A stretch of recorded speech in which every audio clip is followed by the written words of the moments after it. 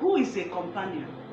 When you hear the word companion, what comes into your mind? A companion is a friend, your gistmate, your confidant, your first point of call when there is good news, when there is difficulty, when there is bad news. The first person that gets to hear any important information about you is definitely your spouse.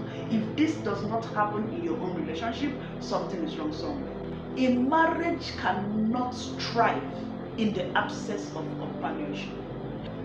I don't want you playing the duty of a companion for someone when you are not in marriage covenant with the person. This is one thing that has destroyed so many homes. When you build a strong companionship relationship with someone else, before you know it, even in marriage, you still find yourself talking to this person because of the bond and relationship that have grown between the both of you. That is why it's always advisable that the person you should have the strongest bond with, the strongest relationship with, is your spouse, is the man, the woman that God ordained for you as a wife or as a husband. It makes marriage easier. I see this issue of bestie cropping up in our generation. You see a man who is married, he has a young woman elsewhere or a young man elsewhere who is his bestie, who he discusses everything with, who even the little things that happens in their home, he talks about it with him or her. There is no marriage that will survive under such an atmosphere. Your wife is your friend. Your husband is your friend. He is just there anytime, anywhere to listen and to understand what you're talking about. The antidotes for loneliness in marriage is companionship. You can be married and be lonely. If you are not in a relationship with your spouse, you will find out that the two of you will be living together, but as two strangers that cohabit in one house. That is why you must avoid being a roommate, a flatmate, a mansion mate, all in the name of being husband and wife. For you to meet the requirements of a peaceful and a glorious home, the ingredient of companionship must not be missing in your marriage. Let's see the following evidences of companionship in a marriage. We're going to be listing it and we will have a little explanation on each of them.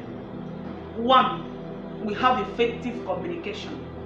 2, we have living together under the same roof. 3, we have working together. 4, we have praying together. 5, we have sexual intimacy. And the 6th one, and very vital point, planning together and taking decisions as a family. Effective communication. When we're talking about effective communication, we mean talking. Not just talking, but talking and listening. Not just listening, but listening to get feedback.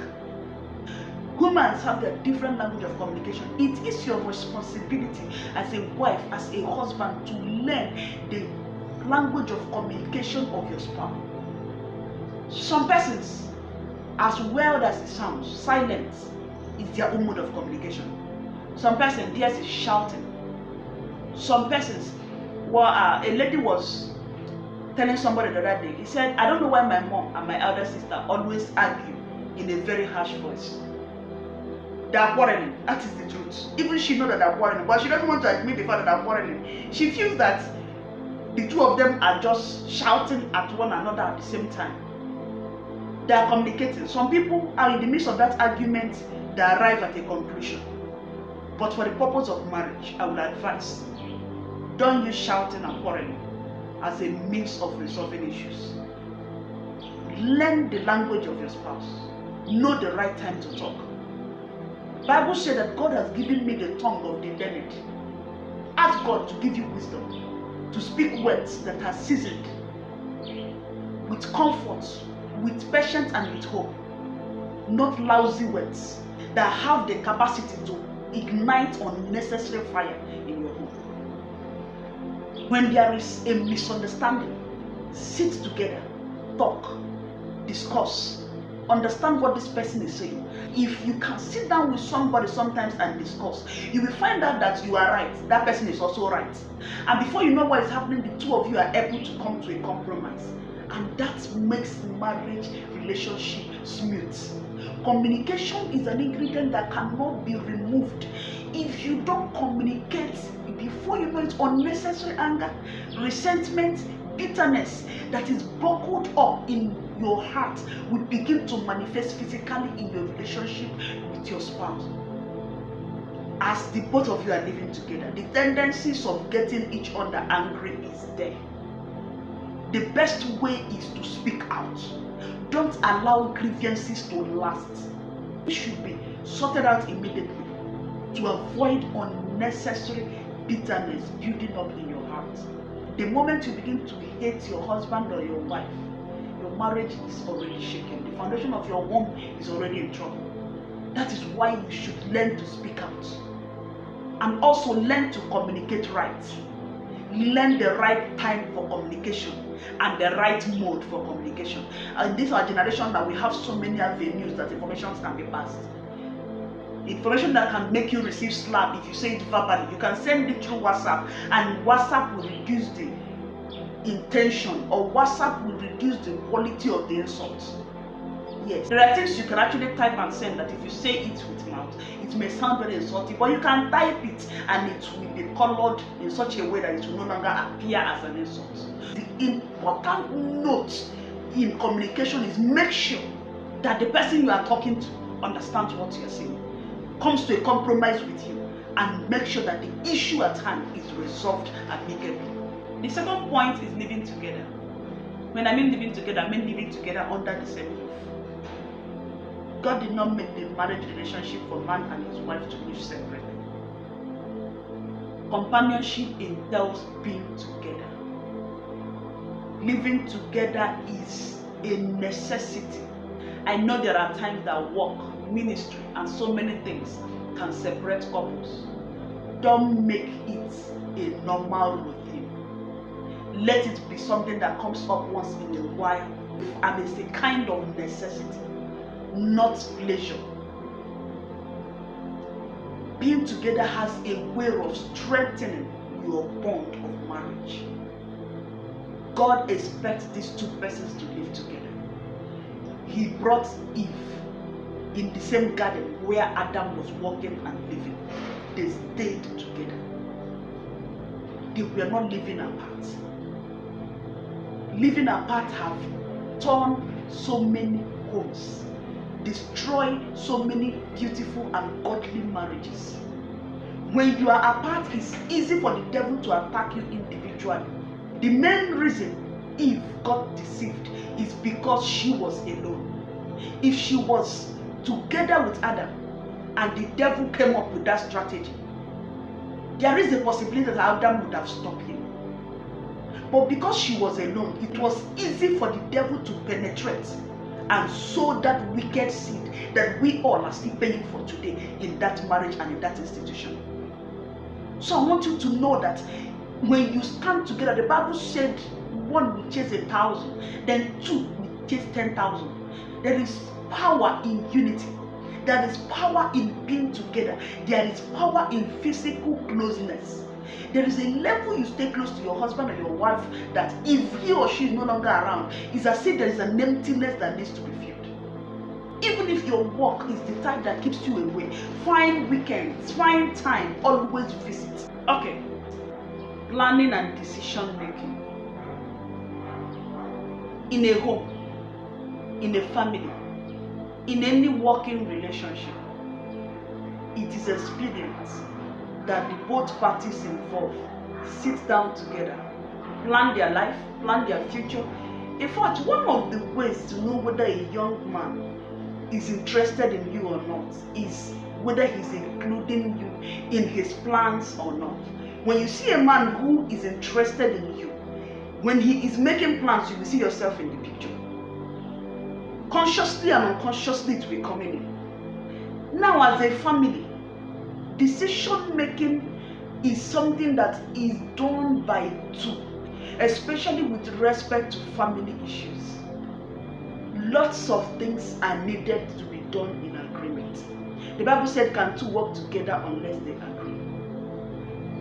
A family that plans together stays together.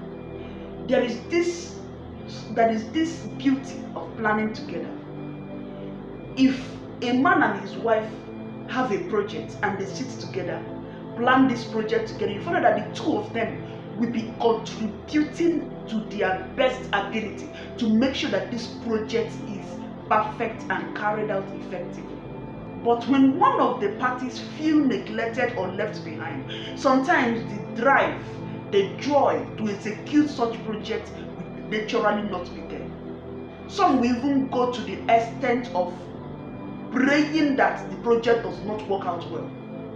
That is practically you bewitching your partner, and it's not right. I don't encourage that, I don't support that. Whether you're informed or not, whether you're involved or not, when you see your husband or your wife carrying out a project that is for the benefit of the family, please pray for the success. Don't push him back just to prove a point because you are not involved. That is why they work well. No, don't go that way. But it is good. It is wonderful. It is awesome that you plan together. Two good heads is better than one. By the time the two of you sit together and analyze an issue, before you know it, you arrive at a very perfect decision that you both will be proud of in time to come. Take your decisions together with respect to how the family affairs is run, with respect to how your children is trained, with respect to church and every other thing that has to do with the oneness and unity of your family. Please come together. Let it be a unanimous agreement. Nobody should feel above the other to the point of taking decisions without involving your partner. Everything about this person is revolving around this family. There is nothing wrong in consulting your wife when you want to take major decisions. There is nothing wrong with it. It doesn't reduce you. It doesn't make you less of a man. It doesn't make you it doesn't make you under the control of your wife. It makes you a good leader. It makes you a good person. God, in his strength and ability, could say, let us make woman in our own image. Let us. He could have just used the spoken word that he used to create others and use his creation ability to create man. But no, he decided, let us. God always comes down at the cool of the evening to discuss with Adam. If you want your home to work well, work in agreement with one another.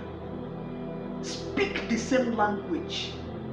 It is natural that you should know the decision. You should know something that your wife can do at every point in time.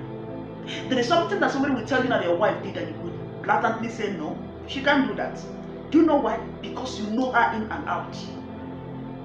The easiest way to know everything about your spouse is when you communicate together, when you live together, when you make decisions together. These things are natural. When you do things together, with time, the concept of oneness becomes perfected in you. The both of you become one in every aspect of life, to the point that the decision you will take over a matter in your husband's absence becomes exactly the decision you will take when he's around. If you want to know the heart of a man, most times, the best approach is his wife. You want to know what the heart of a woman, most times, the best approach is the husband. Unless you are not practicing marriage.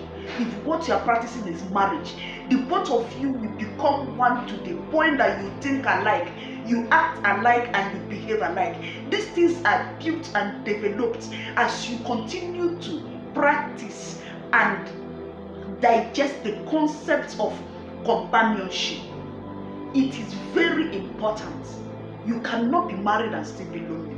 It is a crime. It is against God's ordinance of marriage that two people come together and live together and are still lonely together. May God help us. The next point I want us to consider is working together or visiting places together. If your marriage comes to a point where the both of you are no longer seen together, you no longer enjoy the company of your wife. When you are going out for a party, you are going out for a celebration, you are going to church service, she is not with you, he is not with you. You have made it a habit to, in fact, you avoid his or her presence. due to one or two reasons best known to you, I want you to know that you are gradually destroying your home. It is important that major occasions that demands the presence of the two of you, that the two of you will be seen there. You are going to a dinner, couple hangout. You left your husband, you left your wife and pick another human being, and your conscience is not judging you. You are busy destroying a beautiful union that God gave to you out of His love and mercy. Couples are meant to work together. Sometimes in the cool of the evening, take a walk together. Just go out, be discussing something. Don't drive. I said walk. Walk along the street. Let people know that she's your wife. Let people know that he's your husband. It will help you a lot. It shields you from a lot of temptation. It shields you from a lot of things that can destroy your home. And when you are not working together, there is another thing that helps you work together with your wife. That is your marriage ring. Yes. Wear your marriage ring. It's a symbol of love. It's not the moment you enter your car, you remove it and hide it inside your pigeonhole. The fifth one is sexual intimacy. It is a must ingredient for a successful marriage. I want you to know that sexual intimacy has a way of imprinting your memory in the life of your partner. The Bible admonished us not to deny our husbands, our wives, their conjugal rights. Please, your spirituality should not interfere with this beautiful affair that God has created. It is not when your wife or your husband needs you that you remember you want to speak in tongues. You remember that you want to rapport with the Holy Spirit. That is not the right time. The Bible said there is time for everything under the sun. Do the right thing at the right time. Don't be lazy. This is majorly, I think most Christian women have issues here. They are always active. Church activity, you see them, everything they're active. But when it comes to sexual relationship with their husband, most of them, their sex life is 10%, 0%. It is not right. You are opening up your home for daughters of Jezebel to invade you. And I know you don't want that. Work on this. If it is not good, God wouldn't have had it. Work on it and make sure that you are a companion to your husband even in bed. Please, God did not create us to be strange bedfellows. You are not meant for just sexual gratification. Sex is meant to be enjoyed between husband and wife. God created it so. Allow it. It's a natural process. It relieves tension. It relieves stress. It has a lot of benefits, both physical, emotional, and spiritual. Allow that process to work. Sixth point, praying together. There is the popular saying that a family that prays together lives together. Prayer can never be overemphasized in a home. Family altar is an altar that should have a fresh fire that burns at least day and night. I use that word because we may be so busy that we may not meet up with other times of prayer, but at least our daily prayers in the morning and in the night, it is a routine, no problem. You can call it a routine, you can call it anything, but please do not play with family altar. Pray together. When there is challenge in the family, join hands together, join hands with your children. The Bible says that a threefold cord cannot be easily broken. What do I mean by this? You, your wife, and God. The combination of these three forces can never be broken by any force on earth. Do not play with your family altar. If your family altar is tight, it will be difficult for the devil to creep into your home with baggages. The family altar has a way of burning off every impurity that the devil brings in our homes. Do not play with your family altar. This is very important for a successful marriage. God bless you.